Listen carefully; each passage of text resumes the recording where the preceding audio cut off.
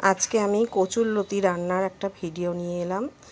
কচুরলতিগুলো দেখো ভালো করে খোলা ছাড়িয়ে, উপরে যে খোসাটা থাকে ছাড়িয়ে কেটে নিয়ে রেখেছি। এখানে চিংড়ি মাছগুলো খোলা ছাড়িয়ে মাথাগুলো ভেঙে পুরো শুধু বডিটা নিয়ে রেখেছি। এই যে কচুরলতিটাকে সেদ্ধ করে নিয়েছি,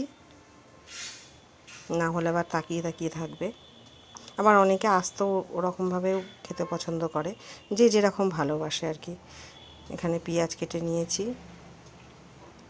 এই যে কাঁচা লঙ্কা চিড়ে নিয়ে রেখেছি। এখানে একটু সর্ষের গুঁড়ো গুলে রেডি করে নিয়ে রেখেছি, একটু নুন দিয়ে ভিজিয়ে। এই যে পেঁয়াজ আর চিংড়ি মাছ ভাজতে দিয়েছি। চিংড়ি মাছ বেশি ভাজলে গুটিয়ে মানে শক্ত হয়ে যায়, ওই জন্য পেঁয়াজটা ভাজা হয়ে যাওয়ার পর চিংড়ি মাছটা দিয়েছি। একটু কালো জিরে ফোড়ন দিয়েছি, এবার কচুরলতিগুলো দিয়ে দিয়েছি।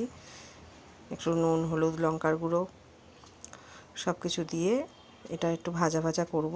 এবার বেশি শুকনো হবে না এটা, যেহেতু কচুরলতিটা একটু ল্যালানি টাইপের, ওই জন্য সেইভাবে ভাজা ভাজা হবে না। তবুও যতটা চেষ্টা করছি ভাজা ভাজা করার। এই যে আমার কচুরলতি রেডি, এই যে এরকম হয়েছে দেখতে। তোমরা যারা খাওনি তারা একবার খেয়ে দেখো, ভালো।